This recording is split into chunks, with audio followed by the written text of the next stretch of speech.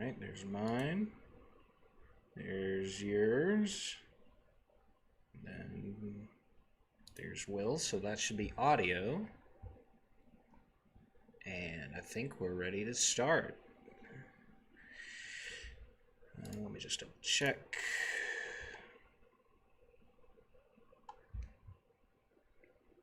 All right. 3, 2, 1. Oh, I'm hearing myself, so that means at least the audio is working. All right. Cool. Hey, we're on. All righty. Well, let's Finally. Go. Long time no see, people. Yeah. Bit of an apology. We've both, Will and I, have been horrifically busy. Well, you know what? No, we're not going to apologize.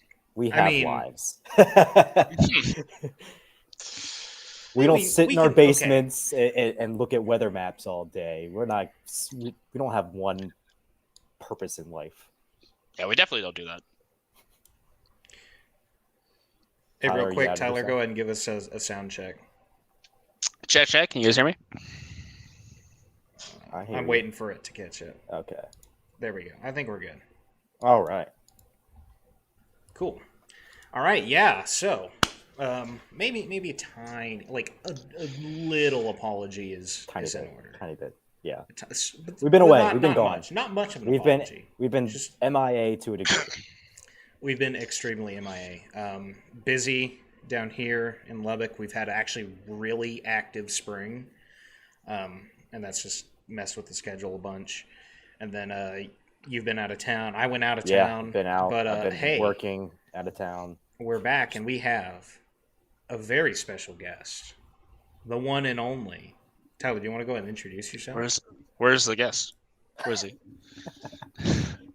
Yeah, I am Tyler Salas. I am a graduate research assistant at the University of Nevada, Reno, and an intern for the Weather Service. Is that it? That's all he is. That's it. That's all I got. There's nothing more to him. My gamer tag is. Well, hey, no, like we've been trying to get you on for a minute, and what better time than when half of Canada's on fire? Yeah. Oh yeah. Perfect. Do you want to tell us a bit about your area of expertise? Yeah, so I specialize in fire weather. My research particularly specializes with the big pyrocumulonimbus, the fire-generated tornadic vortices that you'll see sometimes online. And our research group is focused on better understanding that and communicating that to the suppression efforts of fire personnel. So you're doing good work in the world. You're working towards.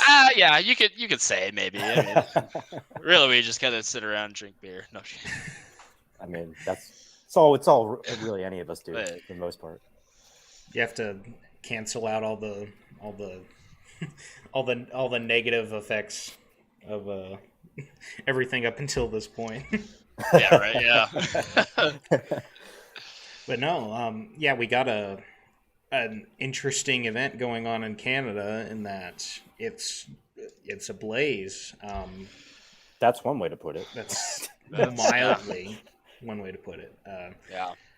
Do you have any like insight as to what's kind of going on? Like I know obviously we're definitely in a more dry period because we're just coming out of La Nina. Right. Yeah, that's true. And we're quickly going into El Nino, apparently. But yeah, this is probably more due to the synoptic. Actually, it's a myriad of things, but primarily it's just had this anomalous high pressure for Canada, dating way back until like the middle of May.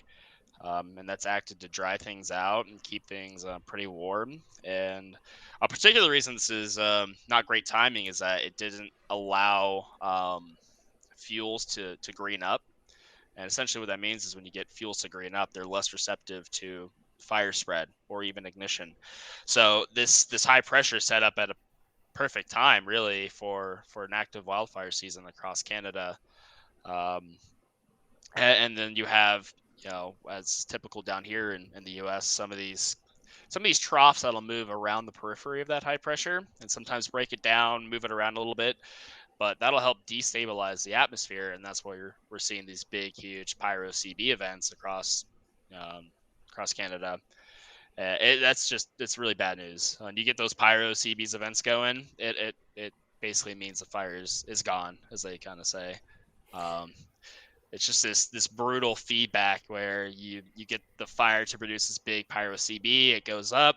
It'll produce its own winds, its own downdrafts, spread the fire even more. The fire intensifies. When the fire intensifies, you create a deeper column, and it's just a bad feedback process. So you're kind of, I guess you're kind of like studying the line between two kind of different, like different weather, I guess, ideas, and that, for fire weather, still high pressure, not that unstable, Yep. versus to fire off, any sort of cloud, you need some level of instability, and Sure. so what's that like, kind of straddling, I guess, two different ideas of weather. Yeah, it's very challenging, right? Because when you have the big, huge, strong, high pressure, it's going to help suppress any sort of pyro CB. The problem is that it's not exactly analogous to like storm chasing or the convection just in general, because that kind of convection is all driven by surface heating. So you compare that with the intensity of a fire. The fire itself is, I mean, just so intense, it can overcome subsidence from the high pressure aloft. So really that high pressure aloft is acting to produce very warm and dry conditions, which is necessary for, fire longevity and intensity, but it's not strong enough to completely suppress any sort of, pyro convection within the fire. So it's kind of a bad news bears scenario. Yeah.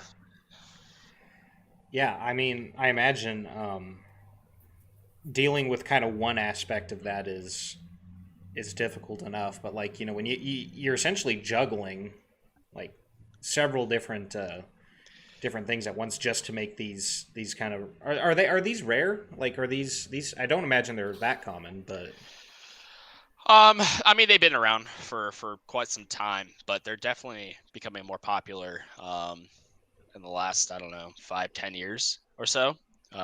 It seems like every large fire is producing these massive pyrocumulonimbus clouds, so it's definitely becoming much more common across the Intermountain West for sure.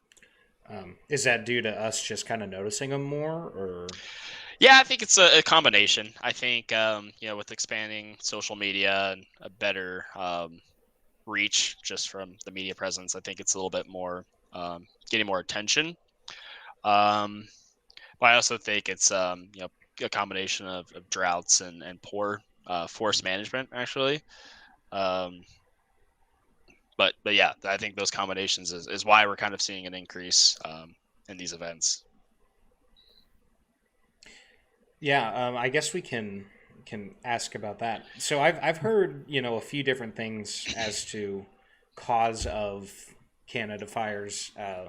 I've heard everything from like, oh, this is just straight up global warming, to like the, like you mentioned, kind of the forest management. And I know there's a big issue in California. I think it was about like not clearing out dead wood and stuff and kind of leaving it there. So like, how much, like, can you kind of give some insight on that?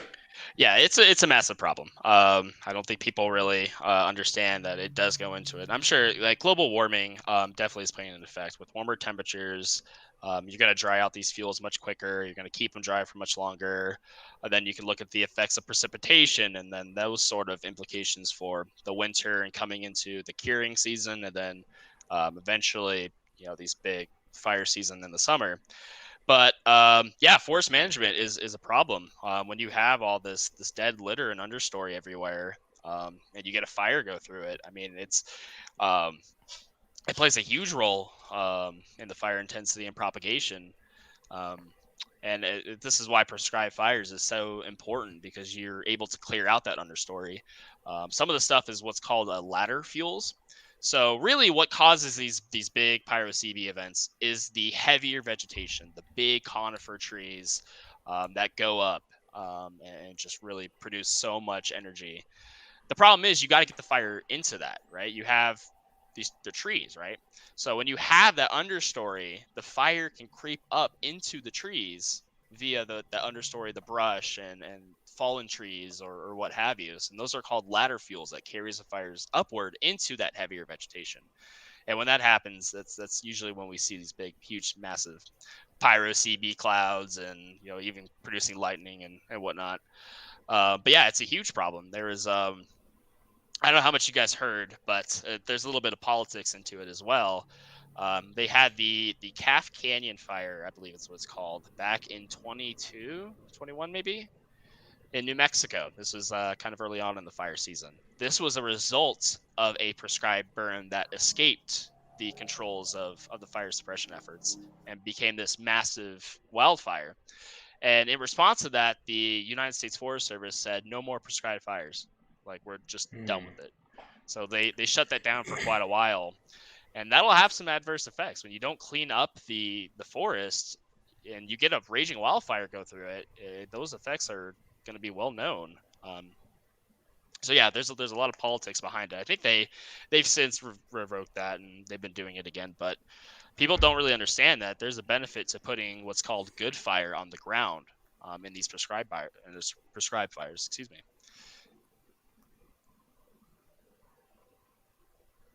Well, I was waiting for you to jump in, Will. No, I don't have much more to add. I mean, fire's not really my area of expertise. I mean, Tyler, you know that from working on our from working. Tyler and I did a project together. Yeah, we did our senior capstone project together, and Tyler was really the go-to for all the fire stuff. I kind of just tell us about that a bit. All the fun tornado stuff.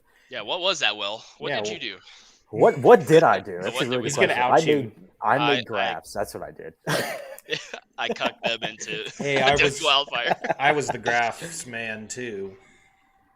I didn't. I do think it's rather hilarious that on the day of our capstone, we're sitting here presenting about, storms created by fires, and then we booked it out of capstone early to go storm chasing. Yeah, that was awesome. Yeah, and it's like, oh, go ahead. No, go ahead. I was gonna say, like, I understand, like, fire weather is generally boring, right? You're just looking for hot, dry, windy. That's like the three big, huge players. But then, yeah, you get your dry lightning events. But it's severe weather produced by wildfires.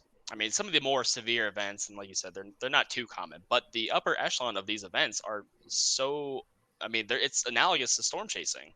They create these big, huge, beautiful pyrocumulonimbus that have beautiful structure, and even times they produce tornadoes themselves, like well-defined, like it looks like a tornado. If I remember correctly, didn't you go out and actually deploy radars or lidars on these fires? We did. Yeah, we went out back in September of 22. We went to the Mosquito Fire in the Sierra, and that ended up producing a big pyrocumulonimbus cloud. So it's very similar to storm chasing. We had to go out, find a good spot to take some observations. You have to forecast for it because there are environmental conditions that go into these events. So just the same approach you do to storm chasing, we took to that fire, and it actually produced a fire tornado. Unfortunately, after we left, we hit the road, got some Taco Bell, and high-fiving each other. We see Sam Emerson tweeting, "Oh, looks like the Sacramento radar picked up a cyclonic fire-generated tornadic vortice." We're like, of course it did. This was around like 7 or 8, so we're getting close to sunset, and we were kind of spent anyways. But yeah, so we got to do that, and it was a pretty cool experience. It definitely seems like fire weather as a whole has become much more popular in the last 5 to 10 years. I've noticed a lot more people wanting to go into grad school for that, even going into college for that. What has that been like from someone like you who's always been into it? How has the growth of that aspect of the field been in the last few years? I think it's very exciting. I think we're really at the precipice of this becoming a huge field, and I'm like super thrilled to be a part of like the initial part of it, sort of like a pioneer. Like, I think Dr. Neil Rowe is one of the main pioneers of this field, along with Dr. Craig Clements and at San Jose State University. Like, those two in this field in particular are really carrying the torch for this, and it's just really exciting to be a part of that. So when you are forecasting for fire weather, what's kind of your approach to that? Like, where do you start? Do you start with upper level maps? Do you? Yeah, I think it's just a very kind of funnel approach that you would do in any sort of forecasting, but there's obviously some sort of caveats with that. So you're always looking for a synoptic pattern, right? If I'm looking for a good day, I'm looking for high pressure. Actually, I'm looking for high pressure specifically near the Four Corners area. So what that does is you get that anticyclonic flow. It'll draw moisture down from the Gulf of Mexico, from northern Mexico, and the Gulf of California northward into the western United States. And this is in the mid levels, somewhere around 700 to 500 millibars is what we're looking at. So you get that moisture advection in place. Couple that with the intense heating, and this usually happens during July, August is usually when the monsoon season reaches its peak. So you get the intense heating in July and August, and then you throw fire in there. So the fire itself now produces a massive amount of heat energy into the atmosphere. And that enough is to, when it encounters that moisture aloft, to produce these big pyro CB events. And I think as far as like you saying like, oh, this is not much different than any other forecast. You kind of start top down, and I just it's just fascinating to me like how much different your mindset has to be when you're thinking of fire Yeah. weather versus severe weather. Like you said, we look for high pressure, and I'm like, yeah, we don't. We Yeah, look for yeah, the no. opposite of You that. see So high it's pressure, you're shutting down the tabs and yeah. canceling your chasecation if you see high pressure. Hmm. So yeah, Well, it's I a guess totally different approach. yeah. So like for our capstone project, we kind of found just to get into that a little bit, we found like weak like indicators that you see an increase in PWatt, you kind of in the low to mid levels before these pyro CB events. In your time in grad school, have you found any more maybe strong leads to connect those things, or what's kind of come from that? I actually learned something kind of humbling, I guess, from our research. The fire, or I guess the fuel. So the fuels contain moisture. The fire burns it. We theoretically think it produces more moisture. Well, it turns out that's not true. The fire itself only really contributes sensible heat to the production of pyro CB. All the moisture that you see in those big pyro CBs is ambient. Huh. Like 90% of it is actually ambient. Really, the fire is only producing a massive amount of heat energy into the atmosphere, and that's generally it. And then you get the feedback process, and then you're kind of off the races. But yeah, that was one thing that I was shocked to learn. He was like, "Yeah, no, it's really not the amount of moisture in the fuels. It's just more about the ambient moisture that's Huh. available." That's very interesting because Yep. anyone who's ever done sort of a fire pit or anything, Hmm. if you try to burn wet wood, Yeah, what gets released? you're out of Steam. luck. So you would think you're Yeah. adding moisture to the environment. It's interesting that that's not the case. You are, and you are. Like, don't get me wrong. Just in the scale of everything, Mhm. it's negligible. It really doesn't have a major effect on the It's resulting like pyro CB. calculating wind resistance in a Yeah. in a physics problem. Yeah. Yeah. Exactly. Yeah. Absolutely. Well, I guess that makes that a little easier as far as your kind of calculations go. That you can kind of just axe one whole variable and Oh yeah. Oh yeah. It definitely kind of simplifies things, especially from a modeling point of view. Models right now, our in-house WRF is doing pretty good at simulating some of these pyro CBs. They struggle with the fuels aspect, though. They really do. I was going to ask Um, about that because modeling is such a massive part of traditional severe weather, and you don't really hear much about modeling with fires. So, what is yeah. like? I imagine the scale on these models has to be incredibly small in order to get the resolution you need for this. Yeah, it's very small. I think it's like 3 kilometers or less, maybe even one. This isn't really my expertise. I just kind of hear about it from the people working, and we kind of collaborate. But yeah, they really struggle on incorporating the topography slash fuel aspect. I think we know models do pretty well with handling atmospheric variables and its evolution, but um, we could not get a pyro CB in almost the same exact environment that was observed. What the modeler had to do was increase the fuel consumption um, by like a factor of like 10 to the third. It was Wow. insane. You had to just jump up the amount of fuel that was consumed by the fire to get this big, huge pyro CB. That sounds So very similar to the issue we have with modeling supercells Mm-hmm. and tornadoes, where if you try to incorporate real world friction into a model, oftentimes it just doesn't It produce a just tornado breaks that it. otherwise wouldn't Yeah. have been there. yeah, yeah, it's a very similar problem, I assume. But yeah, it doesn't do well with it for some reason, and it's a big challenge. It encapsulates the fire propagation speed and intensity pretty well, but it all goes into like the fuel being consumed, because it all goes back into the energy produced, right? So you have the fire flank moving, and we can model that pretty well, and that'll produce a good amount of heat. But what also needs to be incorporated is the heat that is behind the fire flank. That's still smoldering. There's still stuff burning, and there's still heat being released to the atmosphere behind the fire flank. And I think that's where it really struggles in incorporating that fuel consumption aspect. With on the subject of fuels, I guess I haven't really been. I know there are a few indexes for like fuel dryness or like preparedness for fire. Like, could Yeah. you kind of maybe talk about a few of those and then explain kind of what they do and why you use whichever ones you use? Yeah. So fuels can kind of be categorized in a couple of ways. So one of them is between dead and live fuel moisture.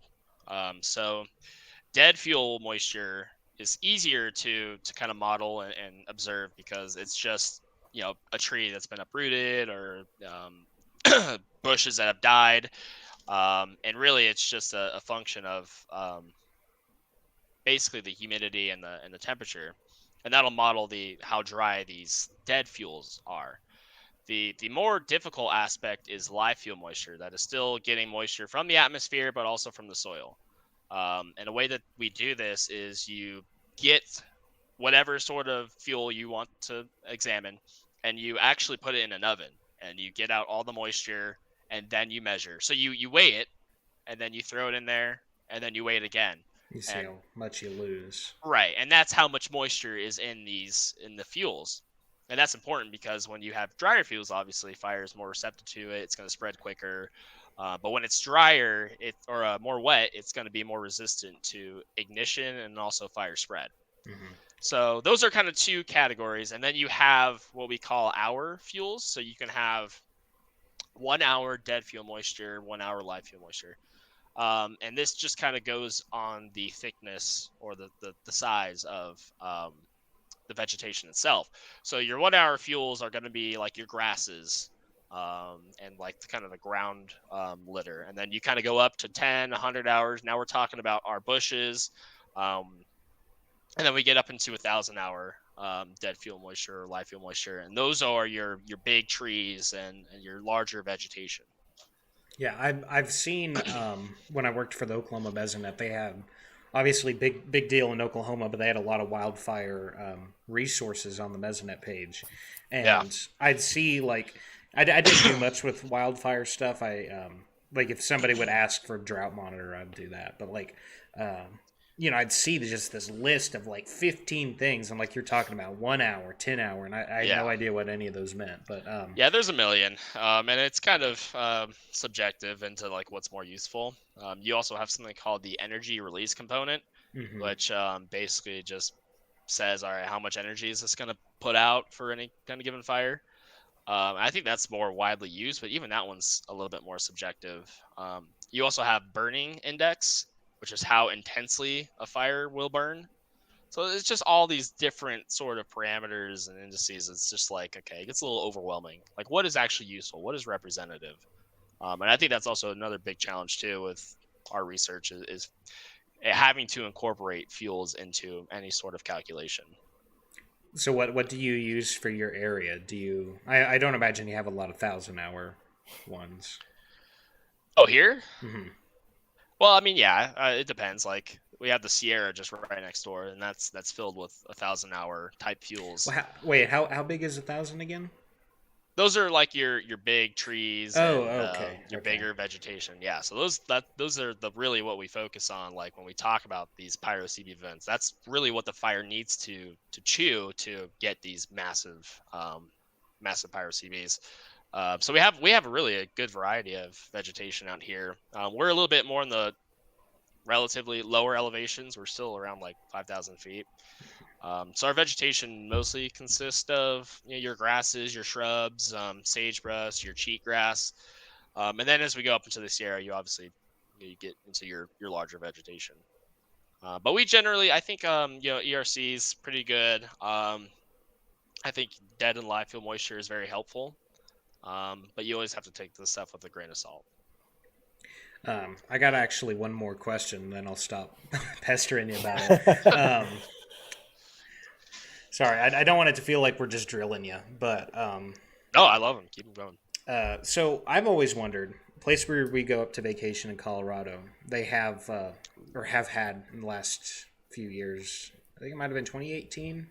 They had a really big fire in that area, and one of the things they had mentioned about the way they'd used to get it out was like they use like the terrain to their advantage. So how does like terrain changes or elevation changes affect, I guess, the science behind like how fires grow and spread and eventually get out? Yeah, man, this is why this is such a challenging field because that's also a big factor in it. So you have your aspects of wherever the fire is burning within your mountainous terrain, and what that means is like your south aspect is the south-facing slopes, and because of how the sun rises and sets and does its evolution, the south side typically has a little bit lighter vegetation, but it's warmer and drier on the side. Conversely, on the north side, it's cooler and more moist. So you get a little bit heavier vegetation on the northern aspect. I don't know if you've ever like really noticed like if you were to fly somewhere and it's over like a snow-filled area that's been melting, the northern side will still have some snowfall, but the south side is dry. It's all completely gone, and that's a result of that, and that'll impact the way fires evolve as well. Fires are more susceptible on that southern side, but then you also have better vegetation availability on the northern side. So those are a couple things you have to consider as well. The east-west sides are kind of up for grabs. That's a little bit more localized. Cool. And then you also have like slope. Like slope is very important. Fire spreads much faster in steeper elevations, going uphill. Mm-hmm. It'll creep or what's called backing downhill. It'll go slower, even if it's steep. It's just when you think of like the fuels when they're like kind of lined up. I don't know if I can do this correctly, but when it's going uphill, it's sloping into the fuels, Mm-hmm. and it's easier to propagate through that. But when it's going downhill, it's kind of opposed to how the vegetation is structured. It takes a little bit longer for it to creep downhill. So topography plays a massive role into fire weather, and it's part of the three elements that go into it. It's weather, fuels, and topography are the three things that go into fire weather. Dang, man, that's a lot to juggle. It's That's a a lot. huge interdisciplinary field that it has to incorporate all these different aspects. Well, hey, I think we could probably go ahead and. Is there anything kind of on just the general side you want to add about fire weather or what you do Uh, or research? yeah, maybe. I don't know how many people are going to see this. Probably not a whole lot. I don't know, but there's a big controversy, somewhat in the fire community, on a particular parameter. It's called the Haynes Index, and it, for lack of better words, it sucks. It's a, it's supposed to represent it's a lower atmospheric instability index is what it was kind of formerly known as, but now it's widely known as the Haynes Index. It's just supposed to model how unstable the atmosphere is and how conducive is a fire going to become what we call plume dominated or plume driven. And like I said, that's when the plume itself goes up. You get the downdraft from that results in updraft. It'll spread the fire. Fire becomes more intense, grows quicker, feeds that fire or the plume, and it just is a feedback. So it sucks. It's not good. And everybody knows it sucks. The problem here is that there isn't anything to replace it. There's been people who have tried different indices or just kind of bash the Haynes index, like this is terrible, we need to revamp it, but no one's really done anything to replace it. And I think that's where I'm going to go for my thesis, is to replace it. Oh, that'd be cool. Go for Yeah. it, dude. Yeah, so I've got my advisor on board. So I think that's kind of going to be the focus for it. I think it could be huge. I think it's something that is needed. But another problem too is the fire community is very stubborn. They just have that attitude. I don't think that's that's selected to the fire community. That's everybody. Apparently. Well, true, but they're very that's older people. Well, that's true. Yeah. I mean, like Sarah. our generation's a little less something. I don't know. Maybe. Yeah, but I mean, the fire community, it's just their culture. It's how they operate. Unless you give them something that's good and they can get behind without like spending a whole shit ton of, sorry, I don't know if I can cuss here, but a whole lot of time on this, then they're just going to throw it out. You have to sell them. You have to give them something that is, reasonable. It's helpful. Otherwise, they're just not even going to give you the time of day. So we can do everything we can from our academia side. We have to make that transition into, the fire community using it. And until then, I mean, we're just gonna keep using the Haynes index. Well, hey man, while you're at the store, will you pick up a new EF scale? I was just gonna say that sounds similar to what you have the old heads who are stuck with the EF scale is perfect and it's perfectly fine. Then you have the weather weenies on Twitter who get mad when every rope tornado is not an EF5. Right. Yeah. That's exactly. Exactly. What it is. It's exactly now I will say the same thing. I made a tweet thread about this maybe a month ago. I think the problem with the EF scale is that as we get more advanced in society, right, we're building buildings better, we're expanding our reach more, so more things are going to get hit, sure, but I think the quality of the buildings that are actually getting hit is getting better, right? Like one could conceivably think that's probably pretty true compared to now to the 1970s. Overall, there's going to be less because the EF scale is so impact driven and not actual observation driven. Yeah, there's going to be less EF4s, EF5s because that's just how it's going to work now. Because we make so better buildings. I don't know how you're going to revamp the scale to kind of combat that, but my big thing with it is I would love to see it move towards wind speed thresholds. It's just we have no way of measuring that accurately. So phased array. I know phased array. Will talks about phased array like I bring it up like family once every member. episode. He really does. I cannot wait for phased array to become mainstream. Oh, here we go. Will, Yeah, I I hope know. you're there for the ribbon cutting, buddy. He will be. But yeah, no, I understand like the EF scale where we really care about tornadoes that do damage. That's the reason we care about it. So I understand it, but when you have something like the El Reno tornado as a 3, it's like you can't say like you're reserving all these EF5s for these big time events, these once in a lifetime, once in a generation type tornadoes, but then you have a once in a lifetime tornado occur and you rate it an EF3. So just because it didn't hit anything. Just because it didn't hit anything and knocked over a lawn chair 10 miles away because the radius of the tornado was almost 3 miles wide. Well, so it's and like, we can get into El Reno controversy too with that, but like, man, it's crazy. El Reno, I just give him a little shout out on here. Greg McCaughlin, who's a meteorologist in Tulsa, he draws prints of tornadoes, and I sent it out. I bought his El Reno print, and it came yesterday. Fantastic stuff. I'm going to get it framed and I'm going to put it in my office. Dude, I'm actually cool. going to look into that. That's cool. Yeah, it's awesome. We need more weather-themed artwork. Come on, people. We do. Seriously, yeah. I don't know if I can turn my camera. Colin, I got that massive Twister poster. It's hanging on my wall now. Dude, yeah, I've been trying to get a Twister poster for forever. I keep forgetting. Like, I don't know if you guys can see these up here. It's hard to say, but they're blueprints of like this first one's the cup anemometer, and then you have a thermometer. Oh my god, yeah, that's so it's sick. It was on Amazon. That. Really? Yeah, Dude, that's sick. Yeah. It's just like a set of 4 of these cool blueprints of what they are, and like it's like the patent. I was like, that's so That's cool. awesome. Yeah, but there's like nothing out there. Didn't you also make a cool little poster out of the first tornado we saw down in Vernon? Dude, my mom broke it in her move to Texas. She shattered it. No. Whoa, I wait. just don't that just flabbergasted me so hard I must just fell. I know. I was like, yeah, I had this massive poster of our first tornado that my mom blew up and put in my room, but in their move, she broke it. I was like, Oh, yeah, dang, devastating. man. That's tough. Well, hey, kind of on subject of the EF scale rating and stuff. I do, and weird things we bought weather related off Amazon. I am working on a standalone video. We're going to start to try and do a few of those for the channel. And I don't want to reveal the topic just yet, but in preparation for script writing, I bought a.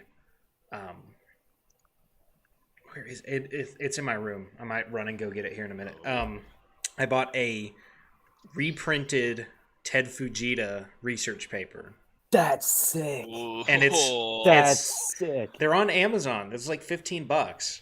I think you can probably nab them if you want. It's like it was the tornado that went through. I don't remember which state, but it went through a nuclear power plant in one of the southern states, and he did a damage assessment of it. And I got the research paper, and it's so awesome. It was like Christmas when that thing showed up, dude. I was so happy. But That's awesome. Yeah, as far as like weird things you can get on Amazon.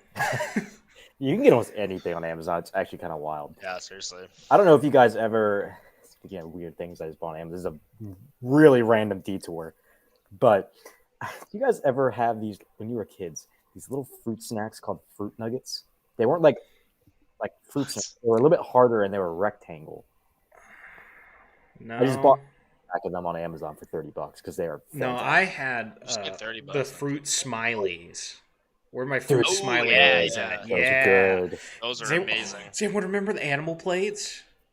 Yes, Zoo Pals. Zoo Pals, yeah. dude. I saw I don't remember, for whatever reason YouTube recommended like early 2000s commercial. Did we lose Tyler? Uh-oh. Did it do that thing it normally does to me?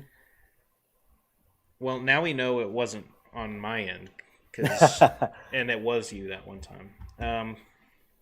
I'll send him a message just to rejoin. Yeah, just tell him to click the link again. No, yeah, I saw a video in my recommendeds on YouTube that was like, there he is. Okay, he's back. Go ahead and talk for a second. I think you're... Yeah, you're muted on your end. I can hear him. Oh, you can? Oh, yeah, I can hear him. It's not a Reflectivity podcast if there isn't audio issues at some point that pop up.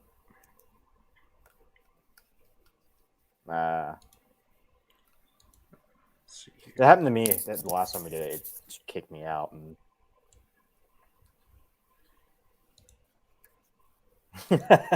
Dude, Comcast, Spectrum, they all suck.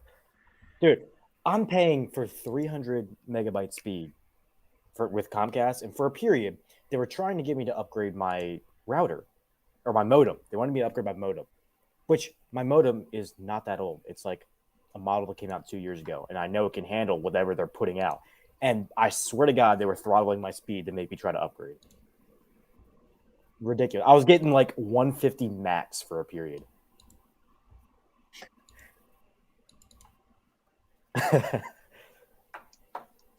Everything good? Yeah, there you are. Oh, good. All right. Okay. Streamlabs, man.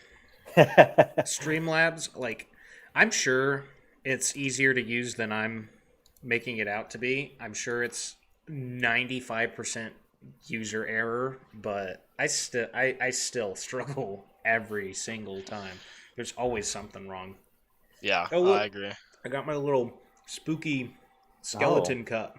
It's always spooky season. I got that at Goodwill for like $1. Dude, you can find some good stuff at Goodwill.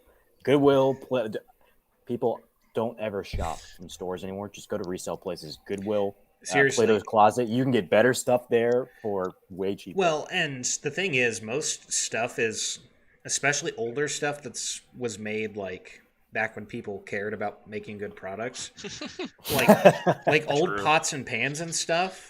Like Oh, this just lasts forever. really? they'd be like 40 years old and still, work like a charm because it's a pot. hi. It's a pan. It doesn't need to Oh, be really? complicated. So like Come here. almost everything in my kitchen, as far as utensils and stuff, is from Goodwill. Like Wow. all my pan. Like I have a few. Parcel. Hey, come say hi. There she is. Oh, Something's got her attention. she sees birds outside. She hates birds. Does she do the weird chirping thing? Yep. Yep. Every day. It's a classic. Do cats Oh, you're chirp? back. You're back. Yeah, they Yeah, make it's like a like little. a- They make like a little chittering sound to try to imitate the birds. Really? Yeah, well, Yeah. why don't you give us a little example of that? Why don't I you- can't do it.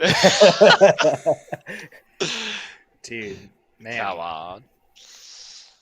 I didn't know. She's normally pretty quiet.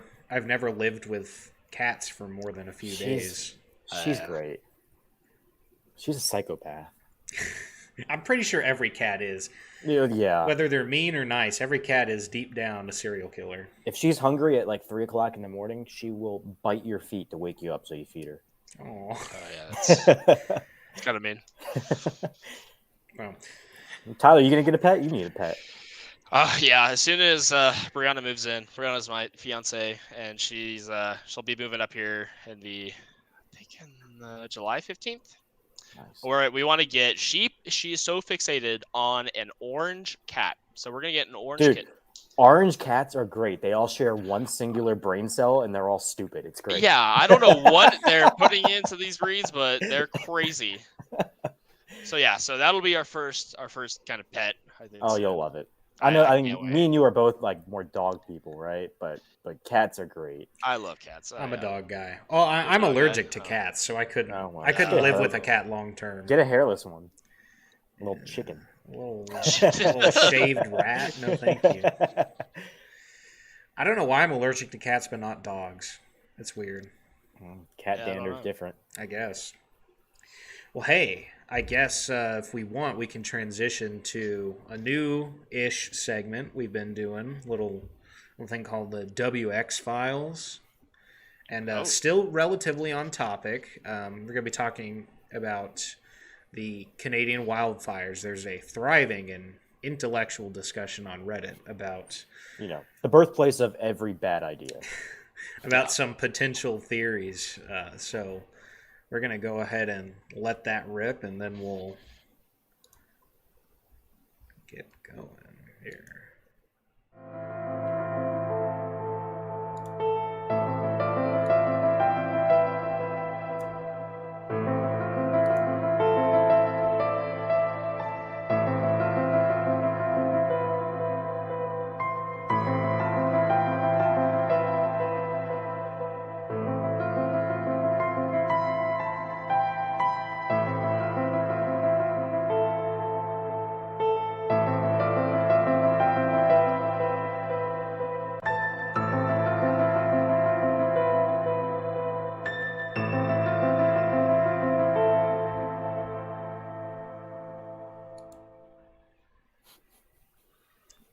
I'm still proud of that. It doesn't get old. I'm still happy It with really that. doesn't. It doesn't get So old. good. I worked hard on that thing. Well done. I'm Well proud. done. Thank you. All right. Canadian wildfires. What could possibly have caused something like that? Surely it's not a result of natural. Oh, definitely not the flaming ball of gas in the sky. Nothing like that. No. So we have No, can't be. on the intellectual, the well of intellectual. I don't know what I'm trying to say. r/conspiracy theories, because r/conspiracy has been privated. I guess in the ongoing Reddit strike that apparently is going on that I didn't know about, but yeah. So we had a user, learning not lurking, who was questioning, what folks on this board think about the Canadian wildfires and resulting air quality issues. Says, from what I can find, they started suspiciously on a clear day. The mainstream media isn't saying much, if anything, about the actual fires. They've only been reporting the air quality issues because it's obviously a problem and they have to. This has caused some of the worst air quality in the world for a very populated area. The two capitals of the two countries have unhealthy air quality. If anything were to happen, it sure would be hard to go out and do anything about it. Could it be directed energy weapons, smokescreen to hide something, depopulation, supervolcano warning signs, trying to weaken the masses for control or takeover? What do you think? So I'm gonna. I mean, obviously, I'm not the expert, so Tyler, we're gonna defer to you on this one. But I'm just gonna take a wild stab and say none of those things are true. It's things like this that make me realize that my sense of creativity is really lacking. Mm-hmm. Like directed energy weapons. Yeah, pales. Yeah, I wouldn't have thought of that. I mean, yeah, that takes a certain amount of creativity. It's actually. I'd like to publicly announce everything that person said is true. I knew it. You've heard it here first on the Reflectivity podcast. I thought it was just Elon Musk like standing somewhere with a giant like magnifying glass setting things on fire. No, it's that's Halo in like Western weapon. Canada. Yeah, it's the energy sword. Yeah, man, these conspiracy theories are pretty entertaining. But I can confirm these aren't true at all. And there is kind of an ongoing, not necessarily theory, but just kind of idea that certain theories are meant to throw you off of real theories. Which, when you add that layer into it, it just becomes like completely uninterpretable. Like if you, it's just nuts. But everything's a lie, nothing's true. Believe nobody. Everything's a lie, nothing's true, except that everything you think is a lie is a truth, or something. I don't know. Like we have some really good some really good theories here. We have ecoterrorism. Now that I've heard that one. I've heard that one a lot, actually. I've heard that one. I had heard arson. I'd be surprised if it's arson, because isn't it like a huge, like an insanely large area of Canada? What?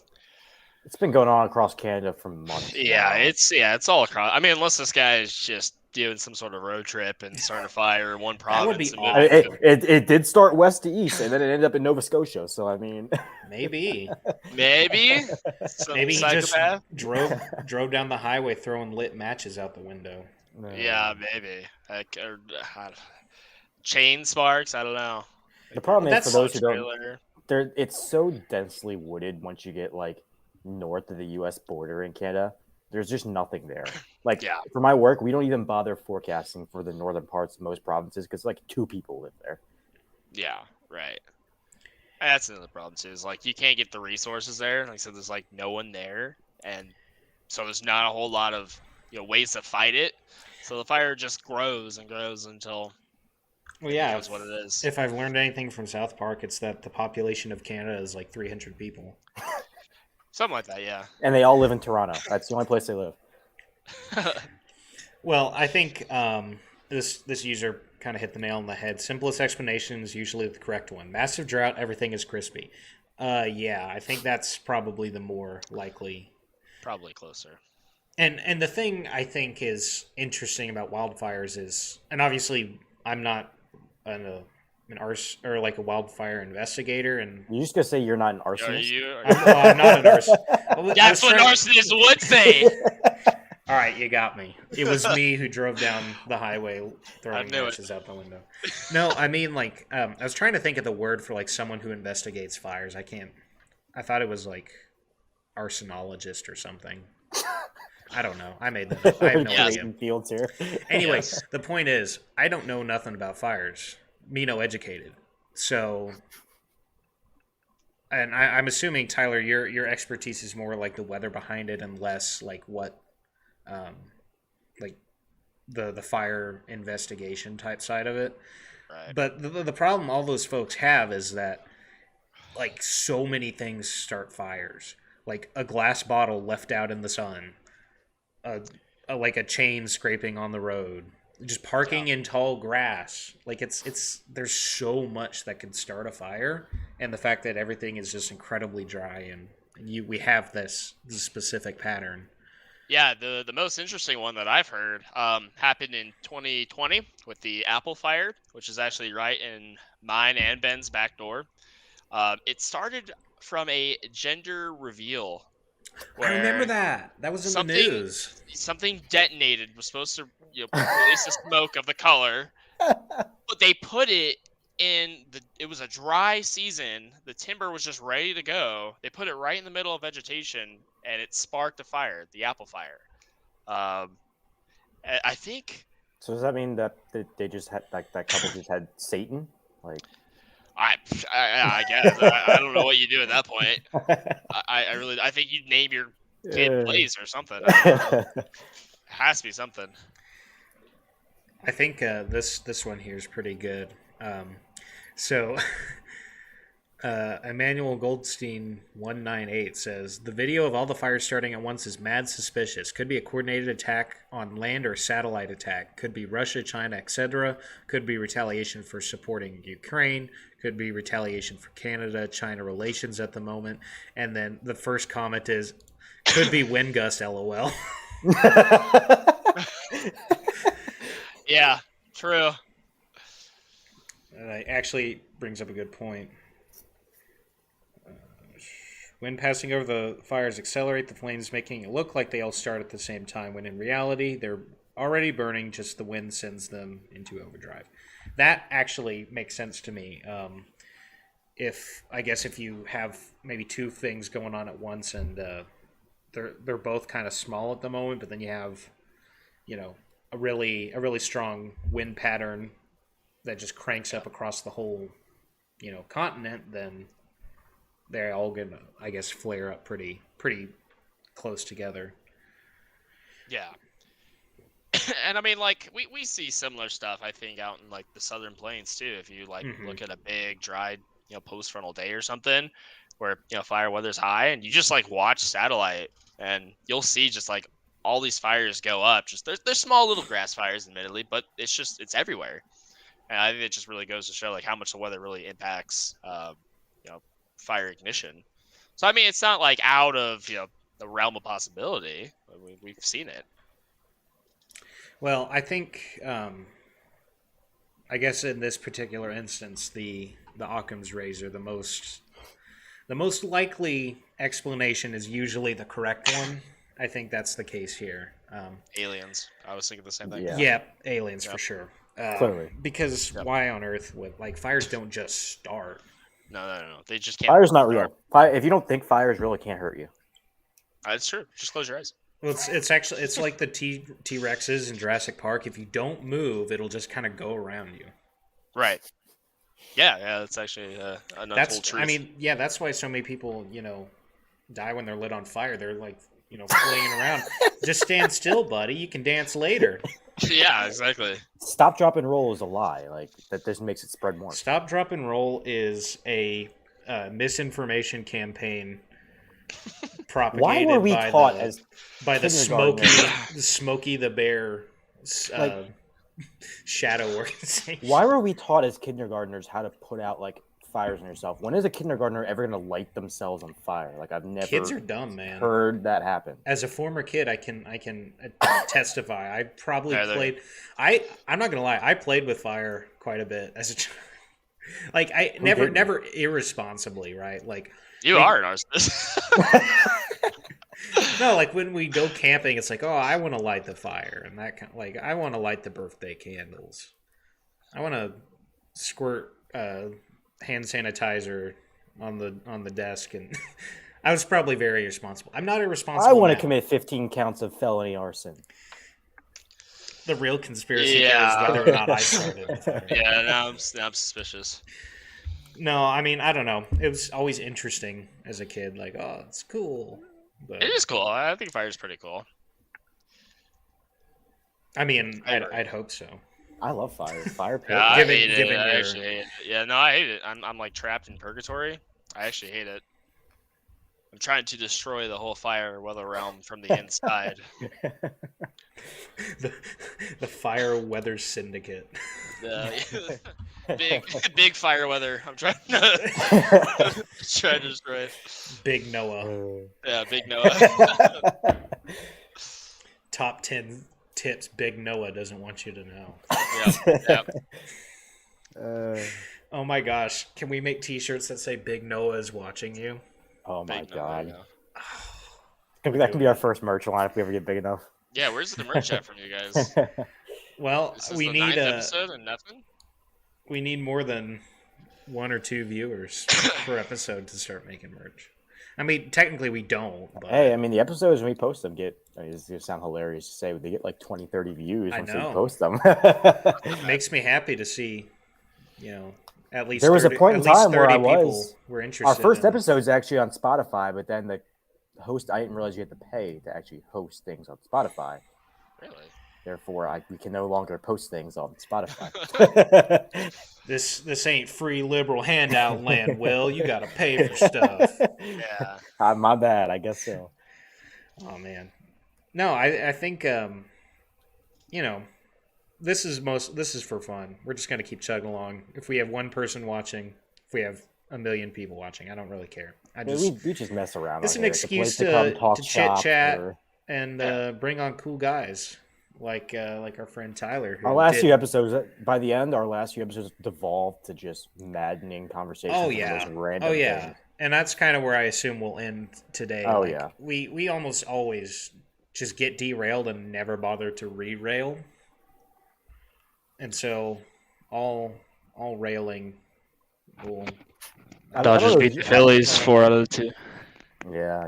Well, did you see any of the highlights in the D-backs game last night? I saw that. I can't. Their manager thought we hit Corbin Carroll on purpose on 2 inside sliders. Are you kidding me?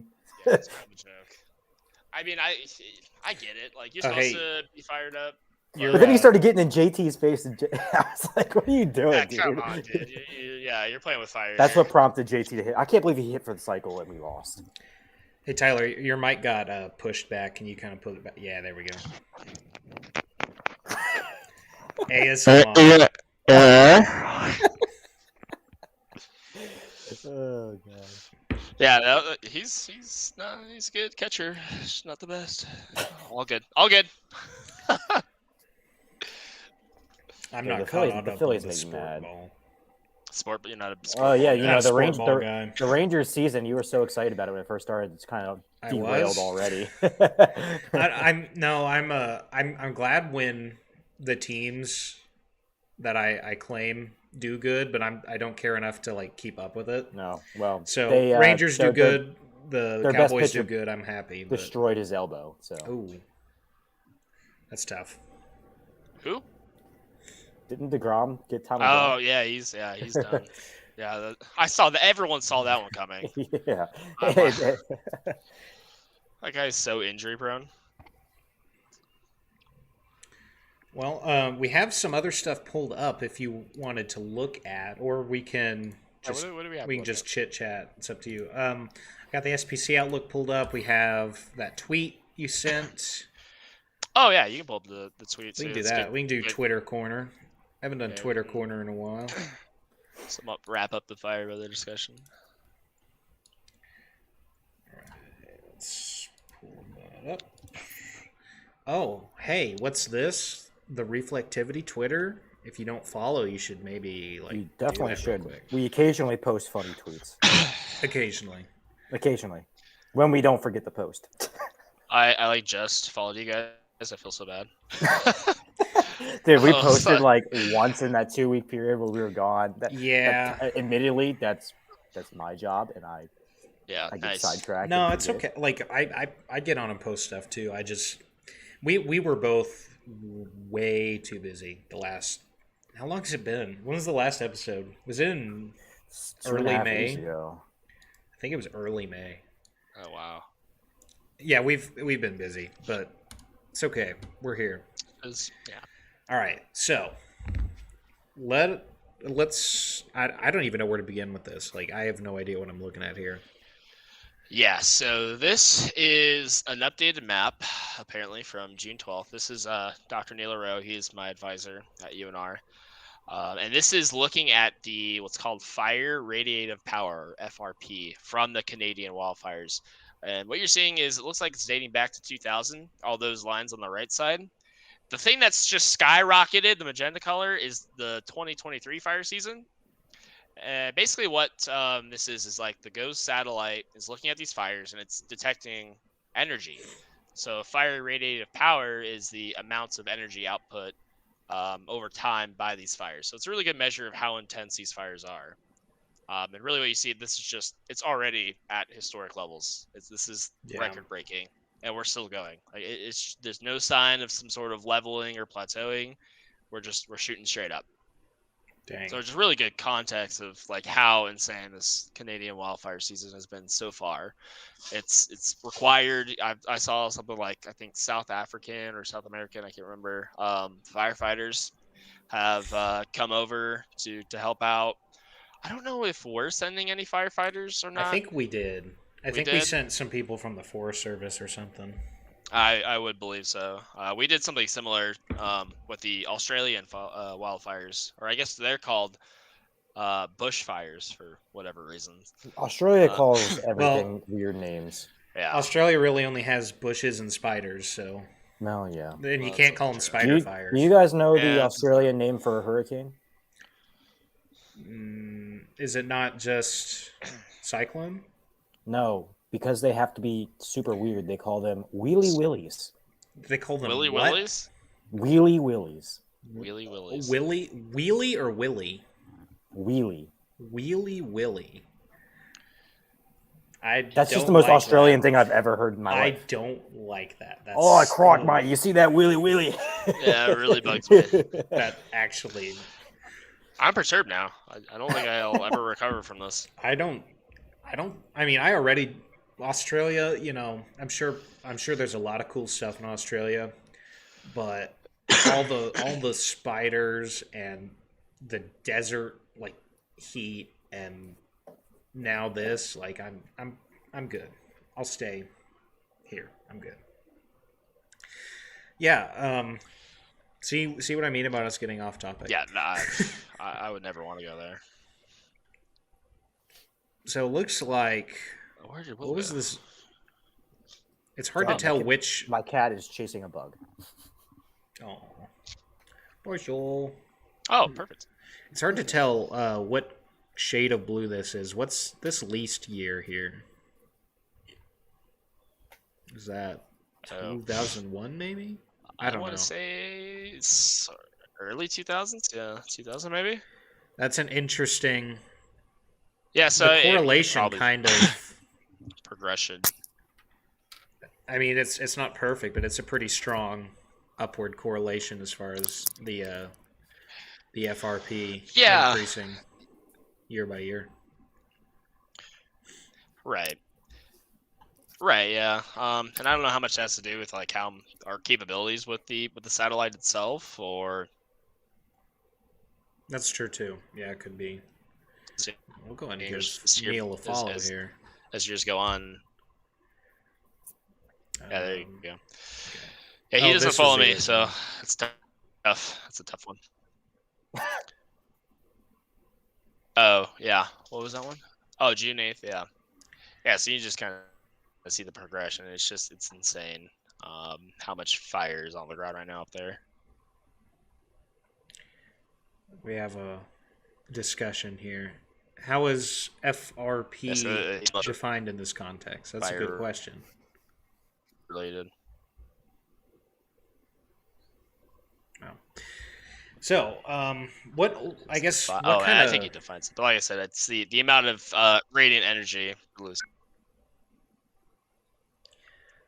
So I guess what kind of takeaways can we get from this? Like, is there like a scientific lesson we can learn out of this, other than the fires are getting really, really bad? I just think it goes to show how unprepared we are, and really just the grand scheme of things. It's hard to speak on another country's situation, because it does go a lot to politics too. We had a really terrible policy way back when. This is the Forest Service. It was called the 10 a.m. policy, which means that any fire discovered had to be put out by 10 a.m. the next day. And it's a really, really bad policy. It's like, how Because, does that even again, work? like, fire is good. Yeah, it was a very aggressive, very poor policy that we used to have.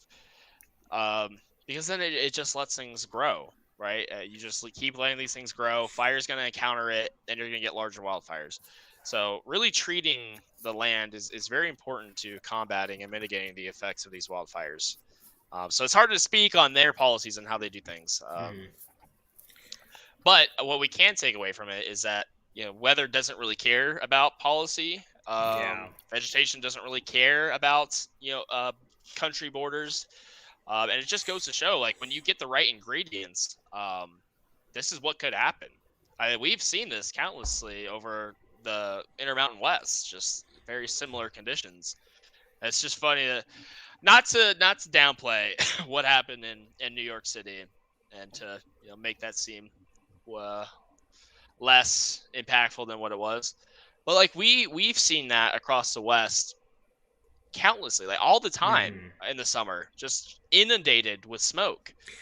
Yeah. Well, and the West doesn't exist, so it doesn't matter. Well, well, you can't say that. Yeah, that was supposed to be a secret, but yeah.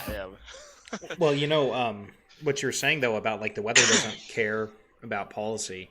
It doesn't really care about timing either, right? Because that huge omega blocking pattern, right? Like if the fires had happened, a week prior, it wouldn't have been New York getting the smoke. It's like everything's so interconnected, and it makes it hard to, from anybody's end, in this weird observing the atmosphere and nature and stuff. Like nobody has a good grasp on it really, because it's just so interconnected. It's so hard to it's hard to anticipate. Yeah. It just shows, like, when this stuff happens at the right time, this is the impacts. You see so much. I mean, wildfires are destructive, but like smoke and air quality impacts downstream is a massive impact that people don't really consider initially. That all ties back to the overall synoptic pattern. Okay. Well, shout out to how'd you say his last name? Neil LaRoe. Neil LaRoe. Shout out to you, Neil LaRoe, for your work that you're doing, and keep it up. And keep it up. Maybe I don't know. Give Tyler a hard time every now and again for us. Yeah, thanks, Colin. Well, we're approaching the 120 mark, and about actually we're about at 110, because I think we had about 5 minutes of just kind of like before the show started. Is there anything else y'all want to cover? We have COD pulled up. We have Goes East pulled up. I can pull up whatever, or we can just chit chat. It's up to y'all. I mean, I'm gonna be honest. I have no clue what's going on weather-wise. I know there's some severe. I feel like I said that every single time we have an accident. What kind of meteorologist are you? Not a good one, apparently. Not a good one. This goes to show having a degree doesn't mean anything.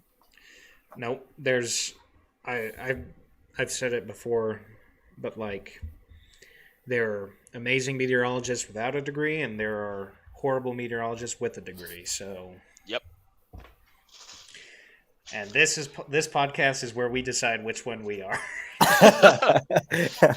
We probably should both.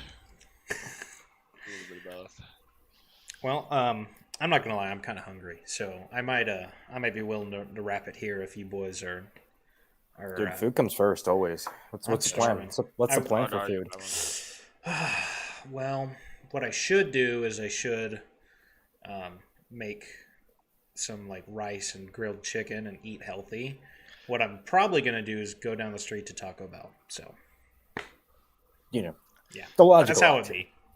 That's how it should be. Yeah. Oh, see, if I had money, we can't go yet. What? We can't go yet. We have something very important we have to do. God, Lee, there's a giant mosquito at my back door.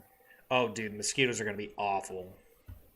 We've had so much rain. I haven't even really talked about Lubbock. Like here, the last 4 weeks, I think we've had a pop, like a precip percentage on the 7-day forecast every single day for like the last 4 weeks. It's been insane. I love that you say pop. Pop. Do y'all not say pop? No, we do. Yeah. Oh. But it's like no one knows. Oh wait. Okay, good. For a second, I thought I pulled up our passwords list. Please don't hack us. We don't have anything to offer. I'm trying to find, where is it? I have like 4 different Google accounts. You know, here we go. Food, I might order a breakfast burrito for dinner. Ooh, dinner. That kind of sounds. It's only noon. Well, all right. It's 3 o'clock here. This is a very important tally. We are running. Oh yeah. Let me see if I can zoom in a bit. So, Tyler, I think I know the answer to this already, but where do you stand on the movie Twister? You got it. Is there a tier above pro? I love it, man. All right, man. So good. Yeah, I love the movie. I love it. I know it's cheesy. I know it's old, but you wouldn't believe how many quotes we just spit around. Oh in the office here in Reno. Like we're just like, I think the other day it just had thunderstorms, so I was like, I looked over my coworker. I was like, the NSL just they just called and they said that towers are going up 30 miles up the dry line. Dude, if you don't regularly quote Twister, are you even a meteorologist? Let's be honest. What I'm saying, man. Like the amount of times that I'm giving directions and I end it with rabbit is good, rabbit is wise. Dude, okay, I watched Succession, which has what's his name? Alan Rook, who plays Rabbit. And the whole time, the whole show, all 4 seasons, every time he appeared on screen, Rabbit is good, Rabbit is wise. There are so many quotes. The map. I would love one day for somebody to attempt. It's incredibly unsafe. There's no way anybody could recreate the story that they tell about Bill, where he's strolling up to a tornado, throwing a bottle of Jack into it. Don't do that. Don't actually ever hit the ground. Yeah, my coworker walk in, I'll be like, Jonas, son of a bitch. He's in it for the money, not the science. Just so many quotable moments. This is the inevitable demise of every episode. We always start talking about Twister. We got onboard pulse Doppler. Next rad real time. I'm pretty sure. Loser. Move on. I'm pretty sure if I watched Twister muted, I could recreate the whole movie. Oh, absolutely. Every line. Absolutely. Same. I so could. Well, the reason we're keeping a Twister tally, by the way, is we plan on having a viewing party of Twister before the new one comes out. Not entirely sure how we're going to do it with copyright stuff. Still kind of working on that. I think I may have mentioned this before, but I think the direction we're going to kind of go with is like the every frame of pause. I don't know if you'll watch them, but kind of where you can we'll have us watching and our reactions, and then we'll show the clip of what we're talking about with like a big copyright thing over it, so it doesn't get struck down. Something like that, or alternatively, just like a live commentary where we say, "Okay, everybody, hit play in 3, 2," like something like that. That'd be cool. So one of those things. And I want to branch it out too. I think we've got to hit Geostorm. I hate that movie. I hated Geostorm. No, you really want to pull up Into the Storm. Into the Storm's bad. Did you guys watch was it Supercell? No, I haven't yet. I haven't yet. Is it good? You watched it? I've seen it. The graphics and like the images they show is super cool because it's realistic. It's all actual. The storyline. You're asking for a little much there. Yeah. Twister's the only one with like somewhat compelling story. Yeah, it's good. Yeah, you gotta monitor the tornado before the evil scientists monitor the tornado. Right. It's perfect. Yeah. Great plot. I never got why, like it's so weird, right? as a kid, it was like, oh yeah, those are just the evil scientists. Like it made sense to me. But like going to college, I'm like, why were they evil? They're evil because they Why- have outside because they have sponsors. funding. Yeah. They're evil because they have funding. They're evil because Jonas is actually a dumbass and doesn't know what he's doing. Like, Well, I He's mean, trying to make money. I think it'd be hilarious though they would never do it, and since it's already filming, there's no shot. Just because he looks like him, just have Reed come play like Jonas's son or something in the new one. If Reed doesn't make a cameo in the new one, man, they've he missed has an to. opportunity. He has to. You There's have no to. way. Yeah. Yeah, you have to. Give me like 2 or 3 big Storm Chaser cameos, like Yeah, Pekka's give me Pekka, Reed whatever. exactly. Yeah. Yeah. Whoa! Hang on. I'm sorry. Who was that again? Oh, that's it's oh, help me out here. Pekka's. I think it's Pecos. I think is how it's Whatever his name is. Pecos. Pecos. Pecos From okay. Texas, Pecos. I never knew how to pronounce it. Dude, he's got to be like in the movie, Pecos. like playing around with animals in the background or something. He's just like petting an armadillo. Hey, we support all Twister 2 cameos, any of them, and every of them. Dude, the fact that anybody could have been there, if I was still out in the plains, I totally would have done it. Oh man, Yeah. I know. If I'd still lived in Norman, man, I would have been there. I would show up, casting call right in the, like, I'd have been there. It'd have been awesome. I would be that annoying. I would just be that annoying background storm chaser, like pointing and screaming. I mean, that's what you are normally. Yeah, exactly. You already got the part down, man. Yeah, true. We'll just screams all the time. Could you All imagine right, if gents. Oh, go ahead. Could you imagine if Ben was in it? That would be some That would be comedy. hilarious. Ben Castle, man. Ben saying we need to go to Wichita Falls. Ben. I would cast Ben as the evil storm chaser. But like, it's fun because he's so likable and lovable. No, and like Ben, like no one Ben has to can. be, like the head of NSSL, who just like. We got towers firing up 30 miles off the dry line. Yeah, there you go. In my opinion, you should go to Wichita Falls. Dude. That was a good Ben. I don't think I can do a Ben. You just almost have to. You just gotta sound super happy all the time. That's because Ben is a joy to be around. He is. He's so funny. He is a shining light, and we love Ben. We have a text group, and every now and again, he'll just send like random aviation stuff, and we're like, Ben, nobody asked. Like, I don't understand what It's I'm looking only at. aviation, yeah. There's a picture of his windsock. I'm surprised he doesn't have one. Oh, you know what? I don't know if he'll see this. I don't want to spoil it for him, so I'll just. Tyler, I found a fantastic birthday idea for Ben that I need to like make a group chat for whenever it gets closer to Ben's birthday. Okay. He would absolutely love it. What is it? He might watch this. I don't want to say it. All right, Ben. Okay. Hey, Ben. Ben, listen. close your ears. Listen, buddy. Close your ears and just close your ears for the rest of the podcast. All right, This will be the last thing we do. Yeah, All right. yeah. All right. Well, If you're a Ben Castle, shut off the video. Everyone else. it's like $100 or like $150. It's a map that has lights like built into the map that show the flight status of different airports in the region. So if it's like LIFR, it would be red. Yeah. Dude, he would love it. I'm not That even would an be aviation sick. guy, and I want one of those. Yeah, it'd be Yeah, sick. that's That's cool. Well, okay. I'm in.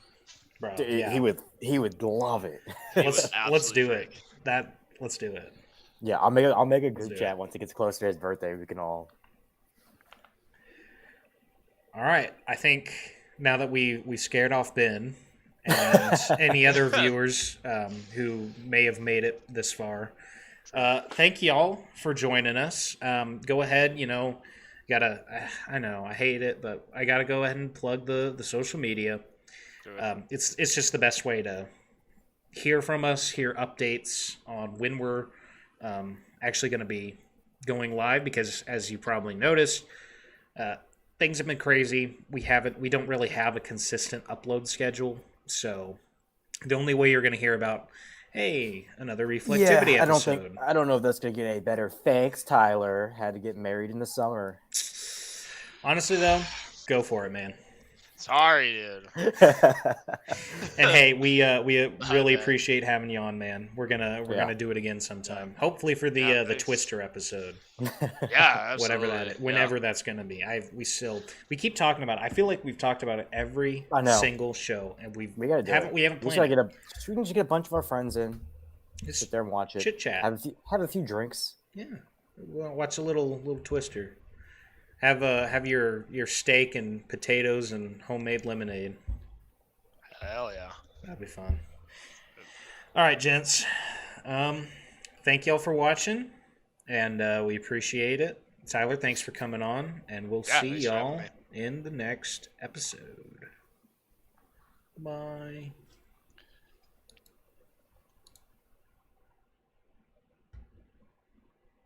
Oh, actually, I have to unmute our audio first because they can still hear us. So.